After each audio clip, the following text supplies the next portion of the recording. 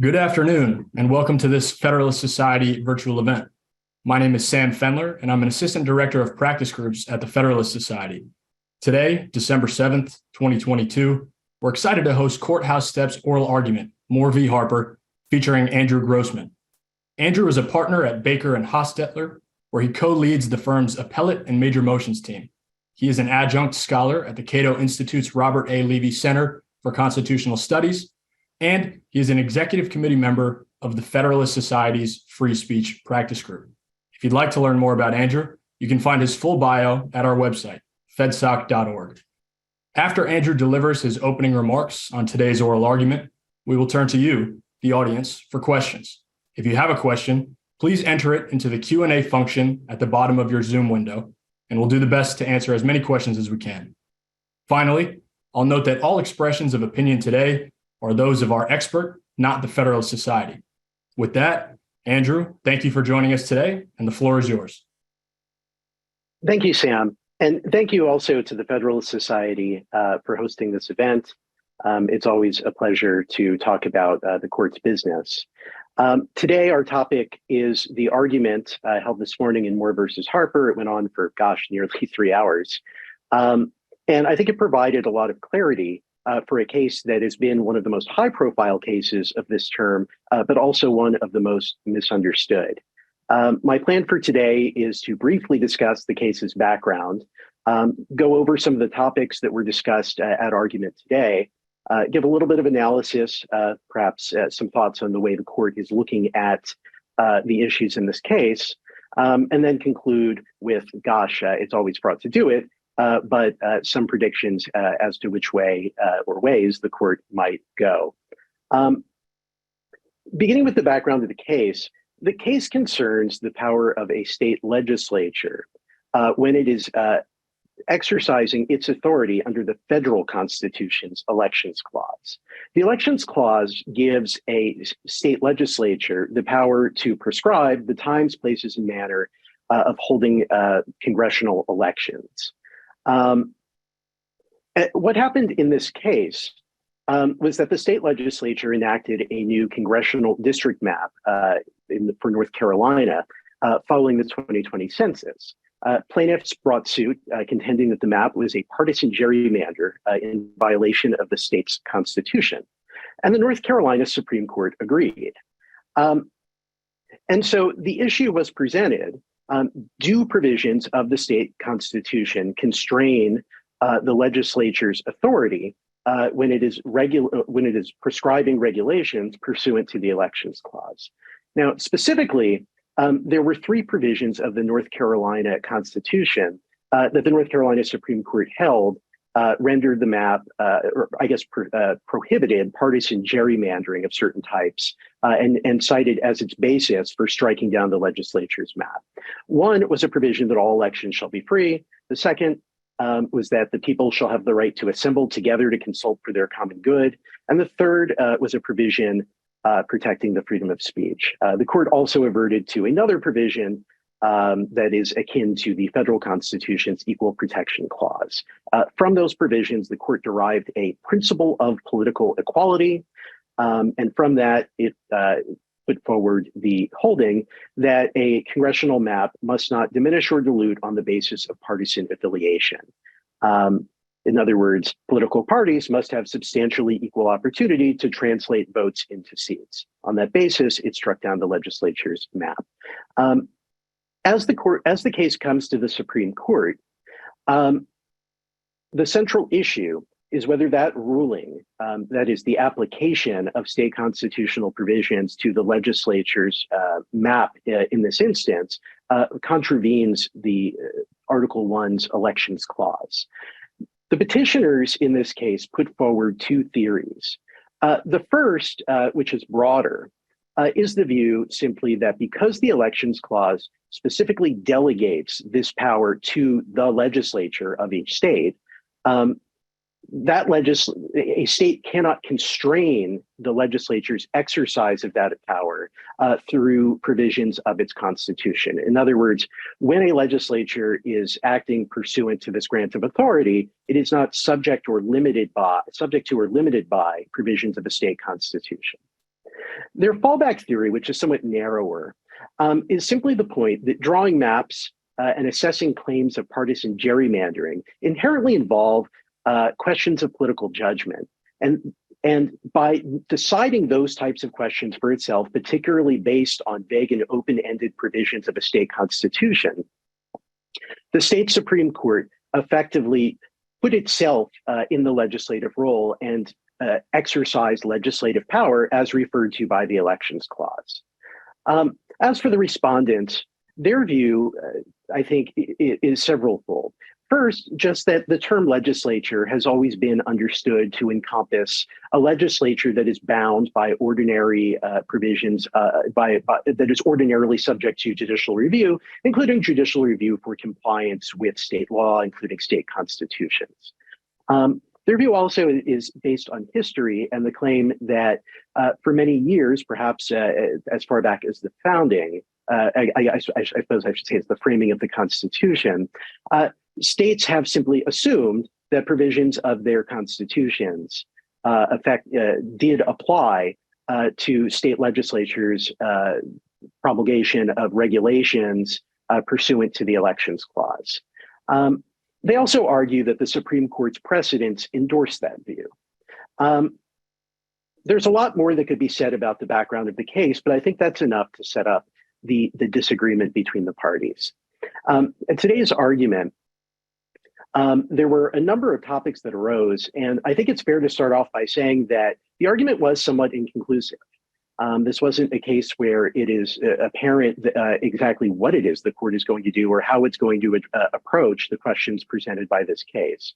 But I think we can identify several of the leading topics of discussion that interested the justices and drove the argument.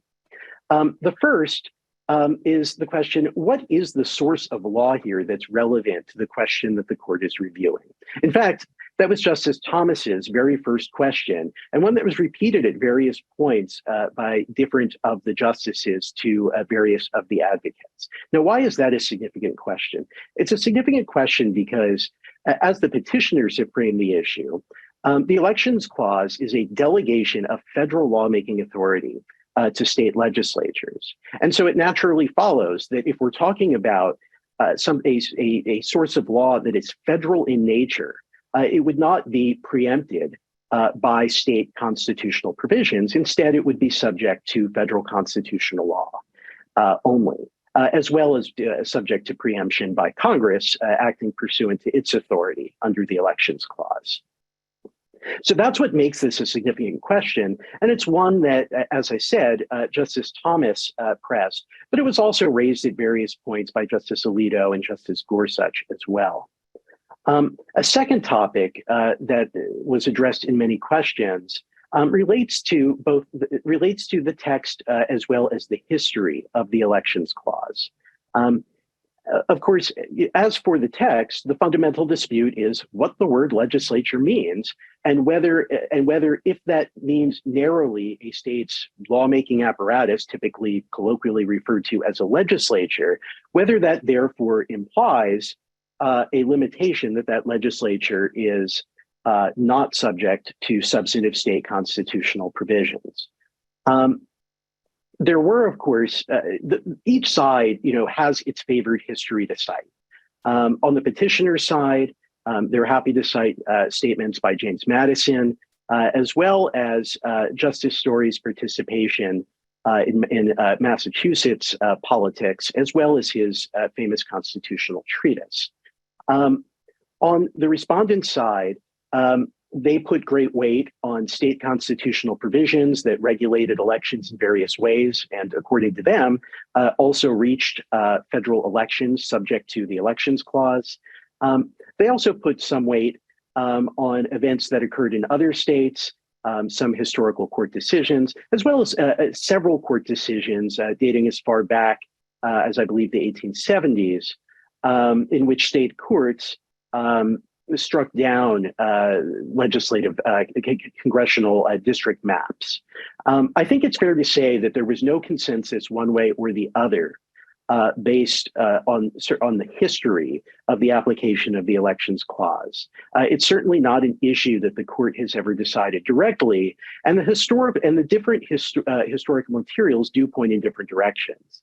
I will say, however, that I thought the respondents did score some points and seemed to illuminate several of the justices when they pointed out simply how many states at this point in time do have constitutional provisions that are being applied and have been applied in recent years to regulate elections within states, including federal elections.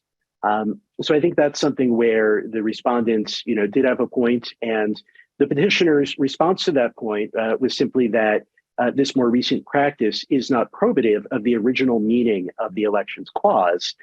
For that, you have to look back further in history. And the history at that point shows a paucity of decisions striking down state legislative enactments for violation of state constitutional provisions. A third topic, and one that consumed, one that was raised in a great many questions, involved the various decisions cited by the respondents as supporting their view, and indeed, as they said in some instances, basically deciding this case. I identified four cases that were really three cases, I guess I should say, that were raised repeatedly, particularly by the respondents. The leading one, of course, is the Supreme Court's decision in Smiley, where it held that a legislature's exercise of its Elections Clause power is subject to a gubernatorial veto if a state constitution does prescribe that. The petitioner's response to this point is simply that that is a procedural rule and that the US Constitution takes legislatures as it finds them. They're, of course, established by state constitutions. And so the way that a state legislature enacts law is considered to be part of the legislature for purposes of the Elections Clause. And so that would include a gubernatorial veto, which was, of course, well known at the time of the framing and was, according to several historical dictionaries, considered to be part of the legislature.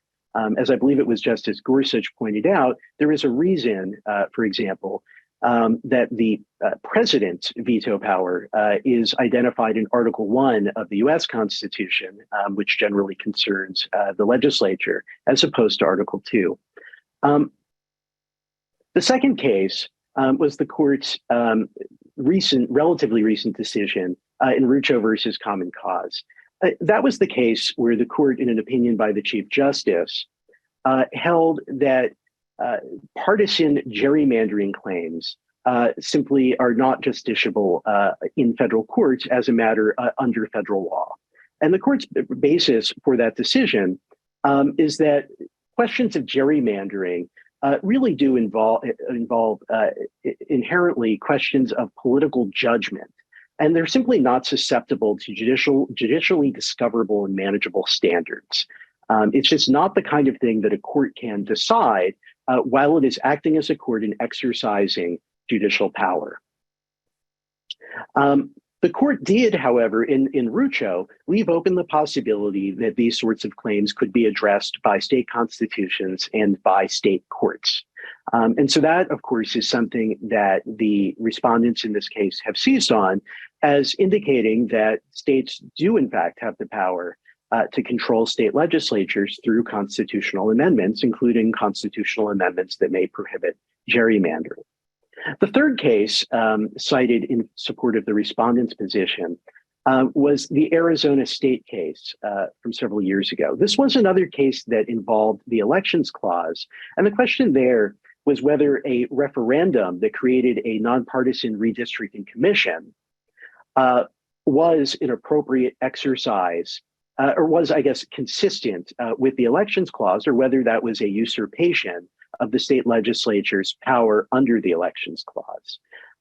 Surprisingly enough, the case was not subject of deep discussion and oral argument, despite being a football in the parties' briefs. Of course, the respondents argue that by authorizing a referendum process, which is akin to the processes that are used frequently to adopt state constitutional amendments, that the Arizona state case very nearly decides this case. And indeed, Arizona does contain some broader language expressing the view that state legislatures are, at least in some instances, constrained by state constitutions. On the other hand, the petitioners point out that the substance of the power that the Redistricting Commission was exercising in that case was actually not part of that case. What was really at issue was the propriety of the referendum itself, and the court's decision doesn't extend beyond that. Whichever way the court looks at it, for whatever reason, the parties, even including the respondents, did not place great emphasis on the Arizona state case. The fourth case I'll mention, and this was brought up more by the petitioners, was the court's Palm Beach County case. This was a case that was a forerunner of Bush versus Gore, and in this decision, the Supreme Court vacated a decision of the Florida Supreme Court for the reason that the Florida Supreme Court's for the reason that it was unclear to what extent the Florida Supreme Court was premising its decision on interpretation of state law versus the application of the provisions of the state constitution. And that decision, which is under the electors clause, which is similar to the elections clause in assigning power to the legislature of a state, that decision did quote language from a case called McPherson versus Blacker that opined that it would be improper for a state to constrain a legislature's exercise of authority through constitutional provisions. And so the idea of Palm Beach is that the court recognized the vitality of that principle and that limiting factor. I think while Palm Beach was mentioned a number of times, there was, particularly by the petitioner, there was some pushback, including by Justice Kavanaugh, that the decision simply doesn't extend that far, that it was largely a procedural decision, that it was unanimous in that its language and reasoning are somewhat more ambiguous and somewhat lacking.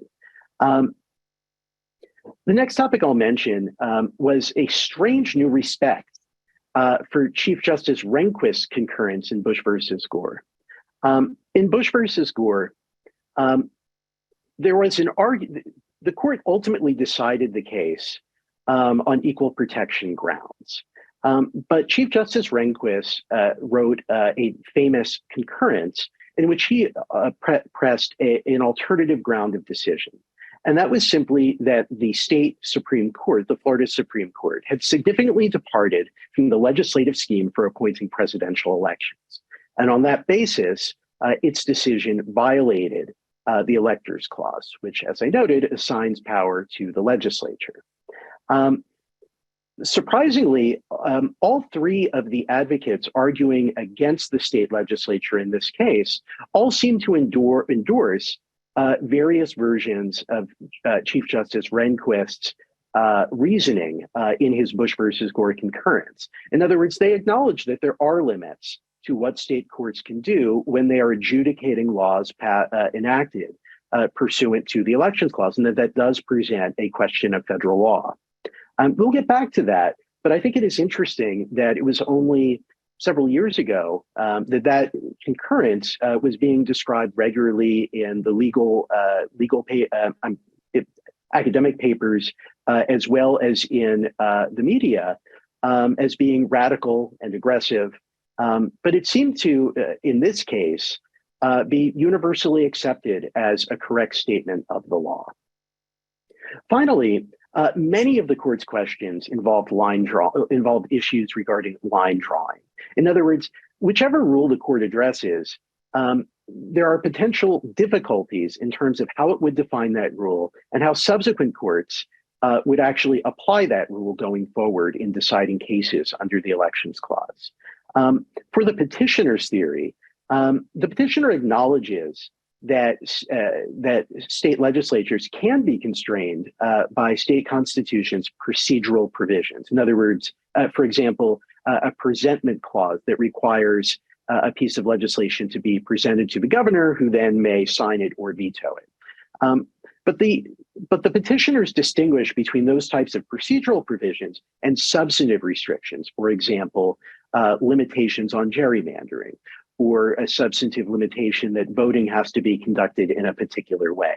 Their view is that those types of state constitutional provisions cannot constrain a state legislature acting under the elections clause. Justice Sotomayor, in particular, was forceful in pointing out that courts have, for many years, have had difficulty in distinguishing between substantive and procedural rules when you're talking about federal regulations and review under the Administrative Procedure Act, and likewise have had difficulty in distinguishing between substantive and procedural rules of decision and laws that apply in court when you're talking about the Federal Rules Enabling Act and to what extent different provisions of state law are applicable in federal court or not. And I think a number of questions recognize that this may present a difficulty for the petitioner's central theory. Of course, the petitioner's response was that this is the type of distinction that courts draw all the time. And that in this instance, the mine run of provisions are pretty clearly fall on one side of the line or the other. In other words, as a practical matter, it really isn't that hard. The second concerned the argument that was pressed, particularly by respondents, that the proper standard is when a state really gets, and I'm just going to say, a state court gets off the reservation. And there were any different number of ways that the Respondents' Council, as well as the Solicitor General, any number of different ways that they expressed this particular standard. But the idea is that when a state court departs too far from a state law and from a state constitution, what is the right standard there? Is it, as Chief Justice Rehnquist said, a significant departure from state law? Is that the right way of formulating the standard? Or is that, not to use the phrase that was battered around a fair amount, sky high enough? In other words, is it not sufficiently deferential? And if that is the right approach generally, putting aside how exactly you define the standard, does the same standard apply when you're talking about state laws versus state constitutional provisions? One Respondents' Council said, yes, there is a distinction and the courts ought to be more deferential to state constitutions. The other Respondents' Council said, no, he didn't perceive a difference between the two. So that is a question if the court, where that line lies and whether there's one line or two lines. But that's a question the court would have to address if it does go down that road. A final line drawing question concerned the respondents' position for their interpretation of the force of the word legislature. They've argued in their briefs that that even under their view, there must be a central role for the legislature. And as the petitioners pointed out, that's a very vague way of putting it. What does that mean? How is that adjudicated? What's the rule of decision? As Petitioners' Council put it, the respondents appear to adopt a sort of functional test. In other words, look at what is actually being done. But of course, functional tests of that sort are notoriously difficult to apply in practice. For that reason, the petitioner argues that their more formalistic test regarding substantive versus procedural constitutional limitations is a much easier one to apply. But I think the point stands that whichever way the court goes, however it interprets the elections clause, there may be some line drawing questions, and the court may be forced to try to put pen to paper and flesh out a workable standard. So I'd like to give a few points of analysis, sort of my takeaways from the decision. And the one I'm going to start with doesn't really go to the merits of the case, but I think it really does drive a lot of the public interest in this case. And this is the dog that didn't bark. For months and months and months, we've been hearing a parade of horribles we've been hearing stories about a parade of horribles that would follow if the court were to rule for the legislature in this case. For example, that the legislature could steal an election after election day and take the votes away from the voters, that state legislatures could wholesale disenfranchise groups of voters, engage in invidious voting discrimination, that somehow our whole democracy would be placed at risk.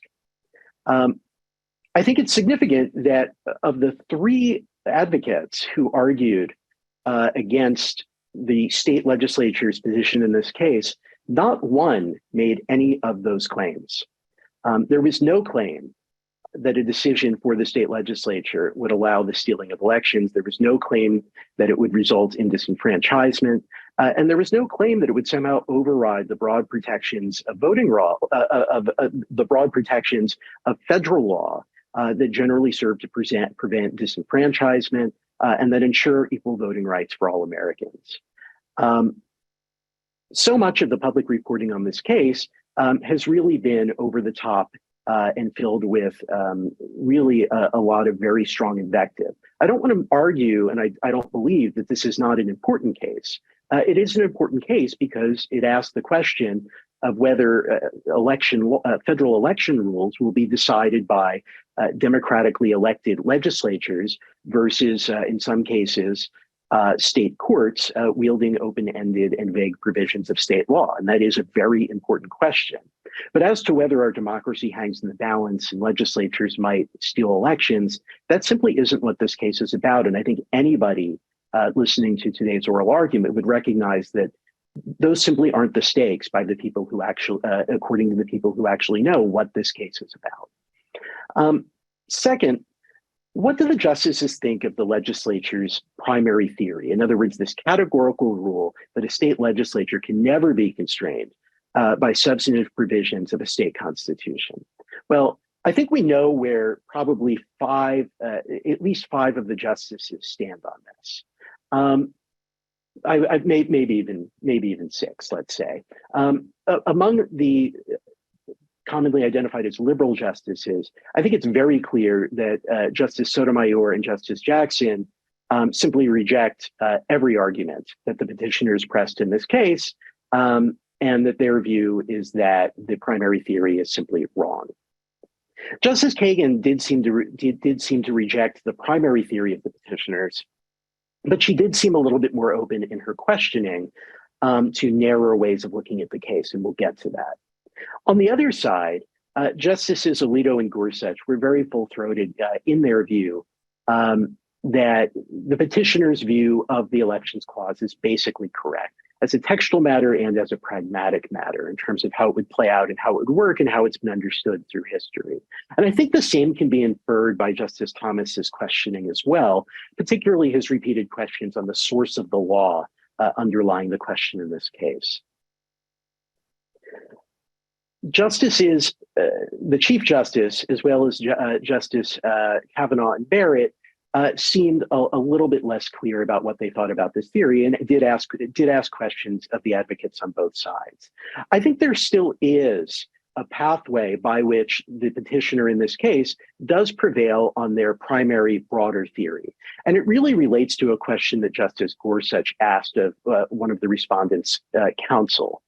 The question was, if you concede, as the respondents' counsel did, as did the Solicitor General, that state court decisions are reviewable to see if a state court went too far in some way in applying and adjudicating or striking down, as the case may be, a state law regulating federal elections, where does that come from?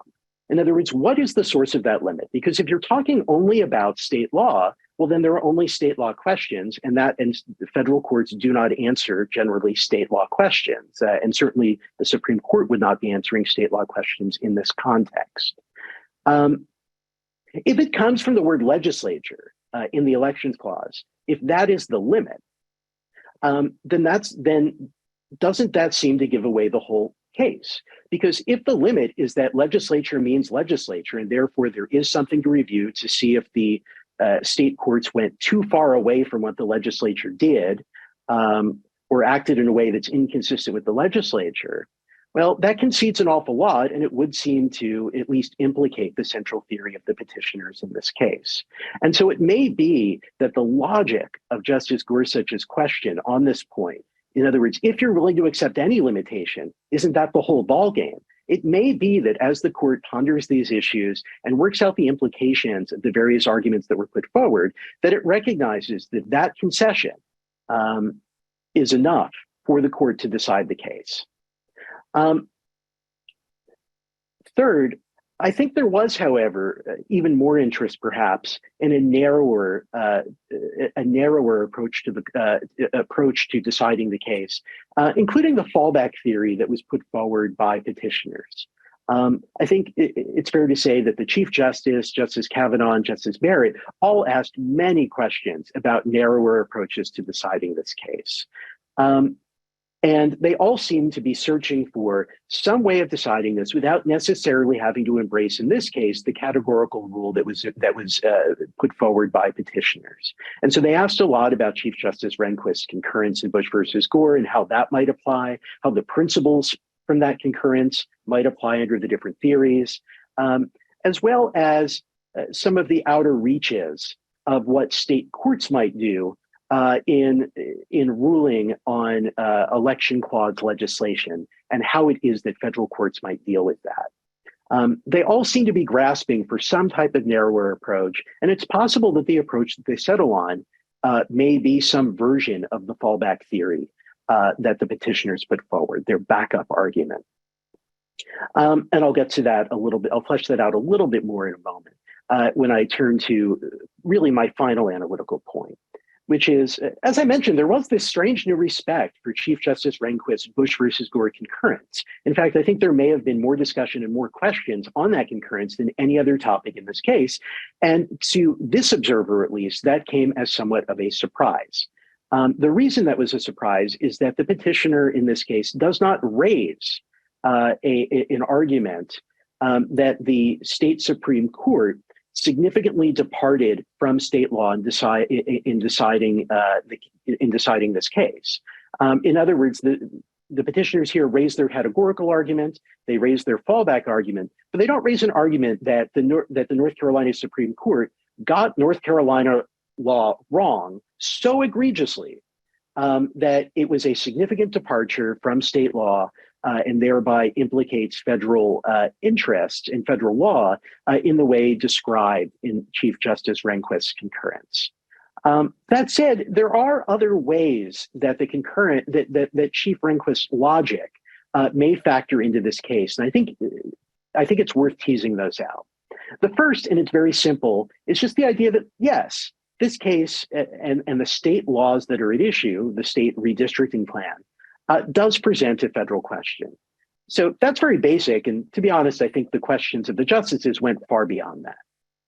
A second way of looking at it is simply as an alternative limitation. In other words, if there has to be some kind of limitation, the one that Chief Justice Rehnquist put forward is one that, by all appearances, all the parties could live with. Now, of course, the petitioners would like additional limitations. But everybody on both sides did endorse in some fashion the rule that Chief Justice Rehnquist put forward in his concurrence. And potentially that could be something for the court to gesture towards if it were to rule against the petitioners in this case. In other words, the court could say that this is the proper limit, but it isn't implicated by this case because the petitioners didn't raise this kind of argument. Now, third, and I think this is perhaps the most likely, is that looked at from a certain angle, Chief Justice Rehnquist's logic does provide support for the petitioner's fallback argument. Let me explain how. Chief Justice Rehnquist identified the legislature as the central actor in making elections regulations. And he rejected the view that a state court could usurp that role through reinterpretation of state law or through other machinations. Now, if you take that, you can combine that principle with Rucho, which recognized that questions of partisan gerrymandering involve inherently political judgments of the sort that aren't intrinsically judicial. In other words, it's legislating, even if it's something someone is asking a court to do. And that's particularly so when you're talking about vague and open-ended provisions of a constitution that don't provide judicially discoverable and manageable standards for the court to arrive at a rule and then tell the court how to apply that rule to a given congressional map. In other words, what is the rule of decision? Instead, a court has to decide how much representation is right, how to measure that, how that should be balanced against other considerations, and so forth. And so if you combine the logic of Chief Justice Rehnquist's concurrence with the logic of Rucho, what you get is a rule that suggests that in a case like this one, a state court has gone too far if it relies on vague and uncertain constitutional provisions to override a legislature or to devise its own map or its own standards for partisan gerrymandering. Because to do so is to essentially exercise legislative power. And maybe the rule would be different when you're talking about specific state constitutional provisions that provide a rule of decision. Maybe the rule would be different if the state itself had proposed a rule, if state law itself had proposed a rule of decision. But in a case like this one, where a state Supreme Court is discovering the standards from vague provisions of a state constitution, it simply is taking for itself the role of the legislature in a way that contravenes Chief Rehnquist's view of the Electors Clause, and by extension, the Elections Clause, as well as Rucho's understanding of what it means for what renders an act sort of inherently political and legislative in its nature. So some guesses, I'll conclude with some prognostication about the different ways the court might decide the case. And of course, I want to start by saying predictions are hard, particularly predictions about the future. And in this case particularly, it's very difficult, I think, to have a firm view of what the court could do, because there were really so many different avenues that were discussed both in the briefs as well as at oral argument. I think there is, as I said, still a pathway open for the petitioner's primary argument. That said, there is perhaps a greater likelihood that the court may seize on the petitioner's fallback argument. And if it does so, it could even leave that broader argument, the categorical approach, it may leave that for a later case and a later day. Because if the court decides this on narrower grounds, then of course it wouldn't need to decide the broader issue of whether state legislatures are categorically free of state constitutional provisions when they're exercising their power pursuant to the Elections Clause. A curveball that has less to do with this court than with another one is that the North Carolina Supreme Court, may well reconsider this decision in the time that it's being being taken under advisement by the U.S. Supreme Court. New justices have recently been elected to the North Carolina Supreme Court. As I understand it, and I'm no expert on North Carolina Supreme Courts, the balance on that court has shifted. And there is certainly a possibility that as a result, recent decisions of the North Carolina Supreme Court under its outgoing majority may be called into question, potentially even in the near future. If that happens, it is certainly possible that the U.S. Supreme Court may not even wind up deciding Moore versus Harper.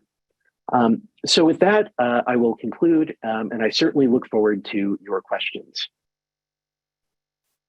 Andrew, thank you very much for all of those remarks. It's very helpful. So we will now turn to audience questions. I will mention once more that if you have a question, please, you can enter it into the Q&A function at the bottom of your screen. And Andrew, for the first question, I want to start where you started, which was that back and forth with Justice Thomas, in which he noted that his court does not generally review state Supreme Court's interpretations of their own state's constitution. And to that, the petitioner noted that the decision violated the election clause of the federal constitution. And for their part, the respondents noted that they think and you said this as well, a sky-high standard is the correct way to address this. I'm wondering if you can speak more about that back and forth and how it might factor into the ultimate conclusion. Well, I think you put your finger on a really important issue. For years, advocates who take the position opposed to the state legislature in this case, have argued that this sort of claim doesn't present any type of federal question whatsoever, and so it's not something that federal courts should even be reviewing. And of course, the respondents in this case took the opposite view. They did recognize that there was appropriately presented a federal question, and it was for the reason I think that was elucidated by Justice Thomas's question, that the font of the power that is being exercised in this case is the US Constitution, the Elections Clause of Article 1.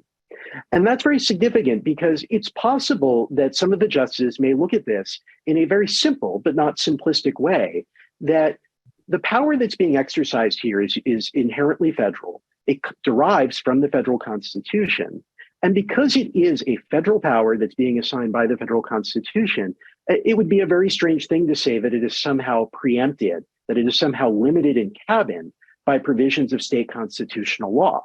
That's really not the way things that normally work. And so I think for a justice like Justice Thomas, and probably Justice Gorsuch as well, it's enough simply to observe that what we're talking about here is a species of federal law. Therefore, the very fact that the court has the power to hear this case, the very fact that all the parties agree on that and agree that there is some standard that applies in this field is almost enough to decide the case. Certainly. I think the federalism issues that are raised will be very interesting to see how the court works through. And turning to our audience now, Andrew, our guest Marissa Cohen asks, listening to the oral argument, which justices do you think were most open to the petitioner's position? And I know you touched on this, but maybe you can expound upon some of those justices that are up in the air and how you think this case might get to 5 votes. Sure. So I don't think there was any serious question that Justice Gorsuch and Justice Alito were very much in the state legislature's corner in this case. Both of them asked repeated hypotheticals of respondents' counsel that were drawn directly from the petitioner's briefing, as well as from amicus briefing on the petitioner's side. And they really seemed to be concerned about the consequences of a decision that goes the other way. And so they seem to fully embrace the petitioner's primary argument. Justice Thomas also asked questions that, again, regard the source of law that's at issue here, and to some extent the federal state structure, albeit in an oblique way, but I think also suggests that he sees things similarly. You certainly then have in the middle the Chief Justice, Justice Kavanaugh, and Justice Barrett, who on the one hand were perhaps a little bit skeptical of the state's broadest theory, and particularly some of the consequences and difficulties that may be borne out if that theory is adopted. But at the same time, they were troubled, I think, by what the North Carolina Supreme Court did here, and by the idea that there wouldn't be some limitation, some justiciable limitation on state courts' authority in this area. And so they did seem to have some sympathy for the petitioner's view that, even if you disagree with the broader point, the narrower fallback argument about what the court did in this case, and that's something that would really apply mostly in redistricting cases, that it was improper and that there have to be some ascertainable limits here that really do have some bite. And I think a lot of their questions were devoted to trying to flesh that out and think through how a decision might reach that end. So potentially, if you count that up, that's 6 votes, albeit on different grounds. And it's certainly possible that the court could go either way or that there could be a split majority decision. But I think, at this point, the petitioner's overall position, in other words, their hope that the decision below will be reversed or vacated, is really still in the mix. And Andrew, you talked a bit about that primary theory, the independent state legislature theory. And we have a couple questions from our audience today, and we've also heard a lot about it. You've mentioned a bit about it, as I said, but I'm wondering if you could perhaps expound upon what that theory might actually look like in practice. And, if in practice, this theory would be terrible, if it would be fine, or what you might think about that. Sure. So in practice, the theory, the petitioner's main theory in this case, is basically what prevails almost all of the time nowadays. And so in that respect, it wouldn't be really any much of a difference from what we're used to in terms of electoral rules and regulating federal elections. Let me start by saying I dislike the term independent state legislature theory because I don't think it's very accurate. I think it misleads more than it informs. because it's common ground, between all the parties in this case, and frankly, I think anybody who's really discussed this issue, that state legislatures are subject, the laws that they enact pursuant to the Elections Clause are subject to judicial review. Really, the question and the difference between the parties is what body of law applies when their enactments are subject to review. Is it state and federal law, or is it only federal law? The petitioners, of course, say the latter. The respondents say the former. But that really is the debate. But I don't think anybody's arguing that state legislatures are independent in any way that is abnormal or unusual. In terms of how things play out, the greatest difference, if respondents' primary theory is adopted, would simply be that in some cases where states have assumed that constitutional provisions regulating different aspects of elections apply to federal elections, those provisions would no longer apply. That sort of issue isn't really going to be raised until somebody sues over it or until there's some type of dispute. Courts, of course, have all kinds of equitable powers, and there are limitations on equitable relief that are regularly applied in election law lawsuits, particularly shortly before and shortly after elections, to make sure that everybody has a fair opportunity to vote under the same rules, and that everybody knows, properly how the election is being conducted, and how, to make sure that there's certainty on the ground. So as a practical matter, there might be, if the court issued a decision for the state legislatures on their main theory, there might be at the outset some uncertainty in a few states as to whether certain provisions are applicable or not. And, presumably that's something that a legislature could fix in short order. But even if it didn't, we're talking about a little bit of disruption.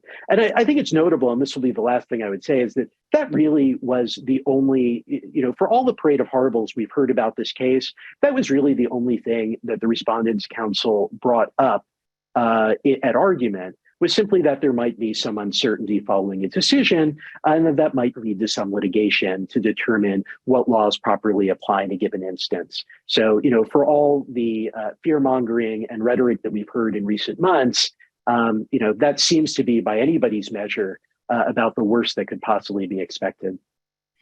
I think that's certainly helpful. And as you mentioned, as far as the parade of horribles are concerned, we did hear about that in the oral argument. I do want to shift gears, though, now, because something else that appeared quite a bit is the question of constitutional interpretation, of reliance on history and textualism.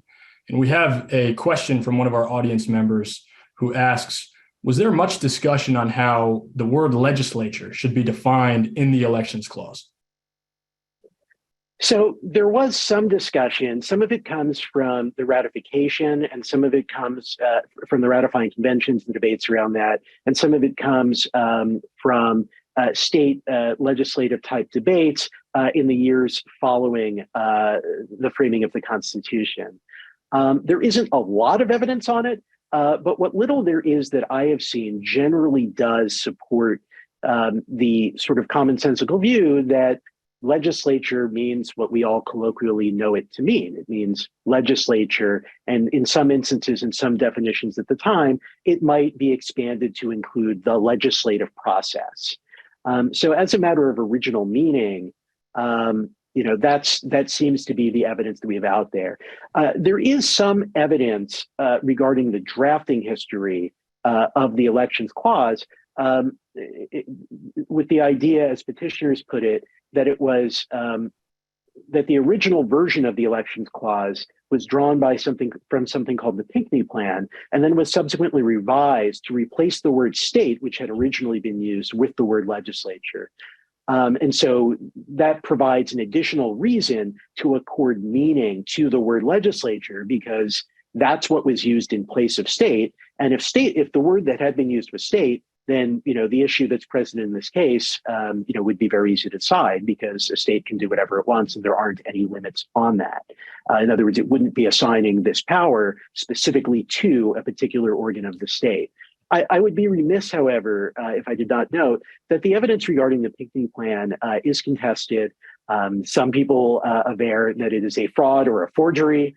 There seems to be a very vivid and frankly fascinating historical debate over the provenance of that evidence, and who drafted what, when, and what was in the original Pinckney plan versus a sort of reconstituted draft that was prepared many years later. It's a fascinating debate, but I think at the end of the day, when you're looking at original meaning, there were dictionary definitions, and as the Chief Justice forcefully argued in his dissent in the Arizona State Legislature case, legislature was not a word of uncommon meaning. And so if the court looks at this as a matter of original meaning, that could be a fairly straightforward way to look at it. But obviously the respondent's view is, well, nobody's treated it that way, and you can infer from that it wasn't understood in that fashion at the time. So I think it's fair to say that the meaning maybe cuts one way, but the understanding arguably cuts the other. Although I will say that is a very heavily contested claim, given that there simply weren't many disputes over this precise point in the early years. And the couple that there were generally did seem to go in favor of petitioner's reading.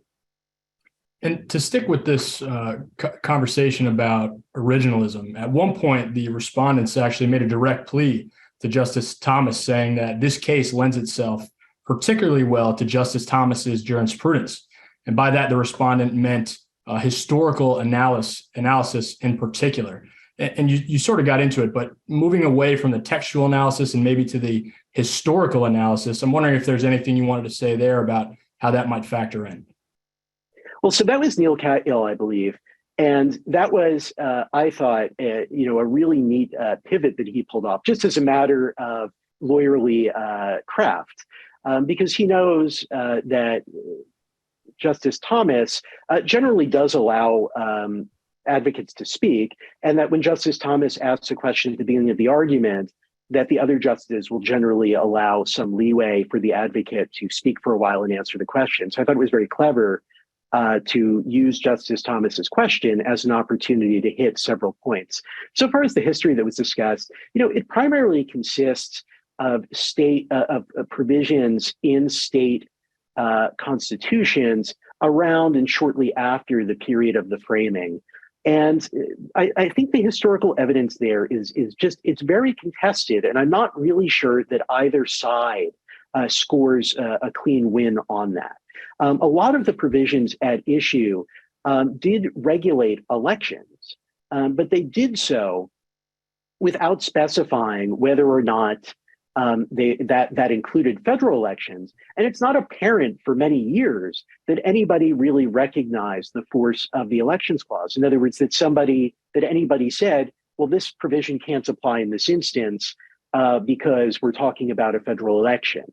And so what you wind up with are some general clauses that were enacted to regulate elections generally, and may have been applied in some cases to federal elections, but it's not really clear what they meant or what light they shed on the original understanding of the elections clause, in particular the use of the word legislature in that clause. So. There is one state constitution that actually is a little bit more explicit. I should say very explicit that its provision did reach federal elections. So that is, again, another piece of evidence in their favor. But I think that was the one constitution that was actually clear cut in favor of respondents' historical understanding, whereas so much of the other evidence that's out there concerning historical practice is really just equivocal. I'll just give one example. The first time this issue really came to the fore was during the Civil War, because a number of states had constitutional provisions that required ballots to be cast in person in the state. So, of course, for many states, there were many soldiers who were out of their states because they were deployed in the war. So a number of state legislatures enacted laws permitting those soldiers to vote by absentee ballot. And the different states went different ways in terms of how they assessed the conflict between those statutes and the state constitutions.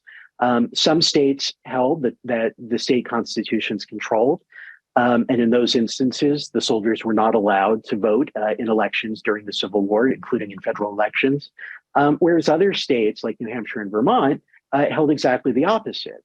That under the Elections Clause, the legislature had primacy over contrary provisions of a state constitution, and that therefore the soldiers could vote via absentee ballot.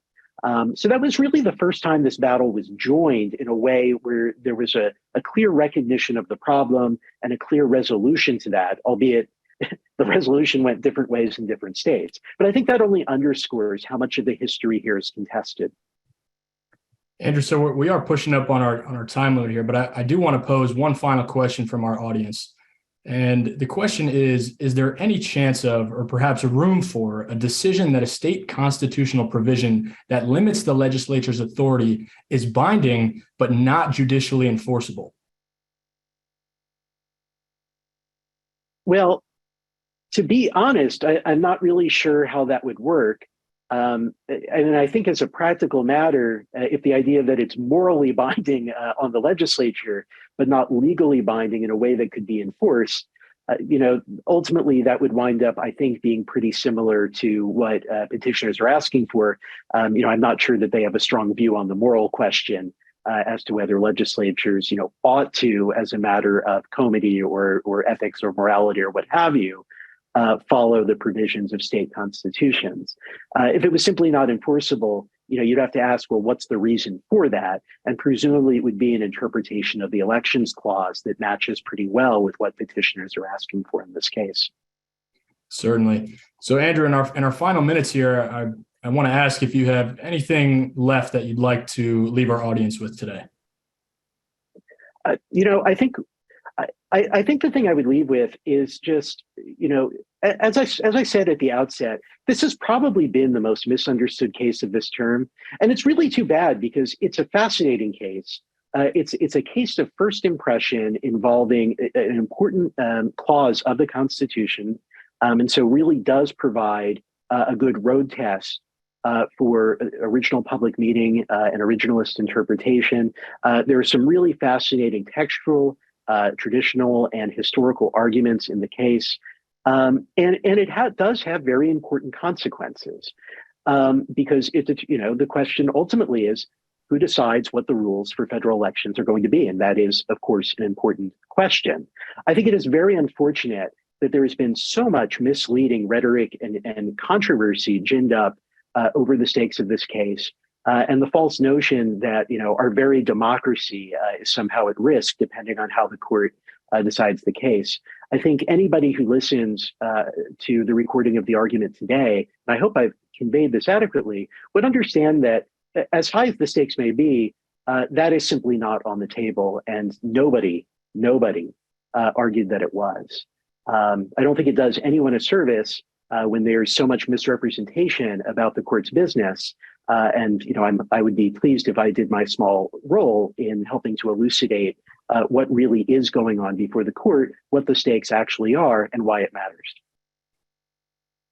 Excellent. Well, Andrew, on behalf of the Federalist Society, I do want to thank you for sharing your time and your expertise with us today. I want to thank also the audience for joining us. We greatly appreciate your participation. Please check out our website, fedsoc.org, or follow us on all major social media platforms at FedSoc to stay up to date with announcements and upcoming webinars. Thank you all once more, and have a great evening.